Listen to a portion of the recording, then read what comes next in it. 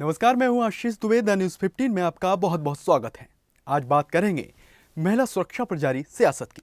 दरअसल राजनीति शब्द जहन में आते ही हमें चुनाव याद आते हैं, पॉलिटिकल पार्टियां याद आती हैं और आरोप प्रत्यारोप याद आते हैं। लेकिन जनता को याद केवल चुनाव में किया जाता है, ये एक सच है जिसे लुभाने के लिए राजनीतिक पार्टियां हर एक मोर्चे पर एक दूसरे की खिंचाई करती हैं। ऐसा ही आजकल इन दिनों ट्विटर पर भी हो रहा है, जहां महिला सुरक्षा से शुरू होकर बहस जो शुरू हुई थी वो आधार कार्ड से होते हुए जीएसटी पर जाकर पहुंच गई है। क्या है पूरा मामला, इस वीडियो के जरिए जानिए।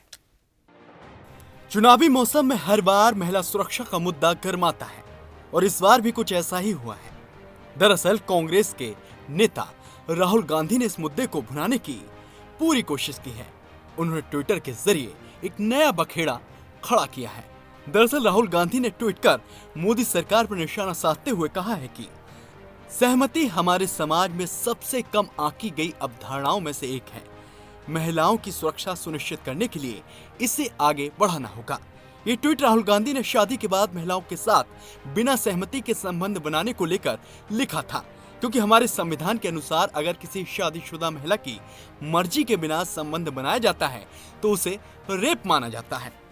और ये मुद्दा जब गर्माया तो राहुल गांधी भी ट्वीट कर बहती गंगा में उन्होंने हाथ धोने की कोशिश की, जिस पर बीजेपी के समर्थक आनंद रंगनाथन ने राहुल गांधी को जवाब देते हुए लिखा कि साल 2013 में आपकी यूपीए सरकार ने जस्टिस जी.एस. वर्मा की कमेटी की सलाह और सिफारिश के खिलाफ जाकर वैवाहिक रेप को अपराध बनाने से इनकार कर दिया था और कहा था कि इस तरह के प्रावधान से भारत में शादी की डोर कमजोर हो जाएगी। आप कितने बड़े पाखंडी हैं। आनंद रंगनाथन के ट्वीट के बाद कांग्रेस पार्टी के प्रवक्ता पवन खेड़ा भी मैदान में कूद पड़े। उन्होंने जीएसटी और आधार कार्ड को लेकर मोदी सरकार की नीतियों पर सवाल खड़े कर दिए और बीजेपी की दोहरी राजनीति को बेनकाब कर दिया। जब वार हुआ था तो पलटवार होना भी तय है। इसी कड़ी में पवन खेड़ा ने आनंद के ट्वीट पर जबरदस्त प्रतिक्रिया दी। उन्होंने कहा कि साल 2013 में आपके आकाओं ने जीएसटी और आधार कार्ड का विरोध किया, बाद में खुद उसे लागू किया। यहाँ पर किसने दोगली राजनीति की है? आकाओं ने या फिर गुलामों ने या फिर दोनों ने की है।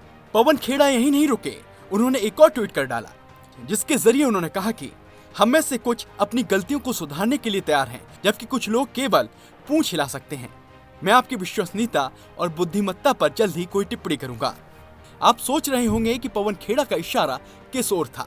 चलिए आपको इत्मीनान से बताते हैं।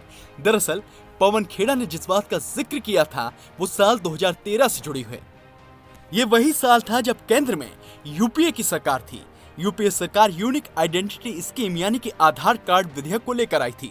तब विपक्ष में बैठे बीजेपी के नेताओं ने इसे टारगेट किया था और इसे फ्रॉड स्कीम करार दे दिया था। और बाद में जब बीजेपी साल 2014 में केंद्र में सरकार बनाने में कामयाब हुई और सत्ता पर काबिज हुई तो उन्होंने जनधन योजना के तहत आधार कार्ड को राज्यसभा से पारित करा दिया। इतना ही नहीं, वन नेशन वन टैक्स की नींव भी कांग्रेस ने रखी थी, लेकिन राजनीति के कारण वन नेशन वन टैक्स 17 सालों तक ठंडे बस्ते में पड़ा रहा, जिसे बीजेपी ने केंद्र में आने के बाद जीएसटी का रूप देकर लागू करा दिया।